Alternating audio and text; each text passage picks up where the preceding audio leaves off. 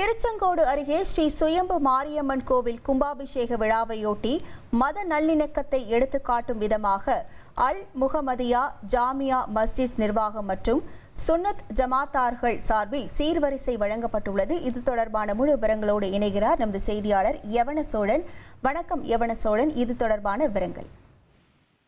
வணக்கம். நாமக்கல் மாவட்டம் திருச்செங்கோட்டை அடுத்த கொக்கராயன்பேட்டையில் இந்து சமய அறநிலையத்துறை நிர்வாகத்தில் உள்ள சுயம்பு மாரியம்மன் கோயில் கும்பாபிஷேகம் நாளை நடைபெற உள்ள நிலையில் இரண்டாம் கால பூஜைகள் இன்று நடைபெற தொடங்கியது. இந்த நிகழ்வில் ஊர் பொதுமக்கள் சார்பில் முளைப்பாரி அடுத்து குதிரைகள் காளை மாடுகளுடன் ஊர்வலம் வந்து கோவிலில் முளைப்பாரியை வைத்தனர். இதனைத் தொடர்ந்து கோவில் விழா குழுவினர் காலகாலமாக தொன்று தொட்டு நடைபெற்று வரும் பாரம்பரிய முறைப்படி மேலதாளங்களுடன் கோவில் அருகில் உள்ள அல் முகமதியா ஜாமியா மஸ்ஜித்துக்கு சென்று கும்பாபிஷேக நிகழ்வுக்கு அந்த பகுதி ஜமாத்தார்களை அழைத்தனர்.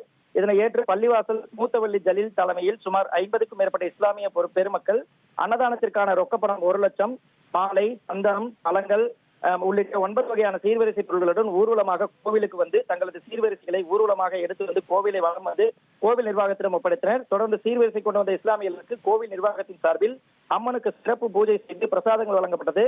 அப்போது இஸ்லாமிய பெண் ஒருவர் சாமியாடியபடி ஊர்வலமாக வந்தது பார்ப்போரை வியக்க வைத்தது. உங்கள் விவரங்களுக்கு நன்றி யவன சோழன்.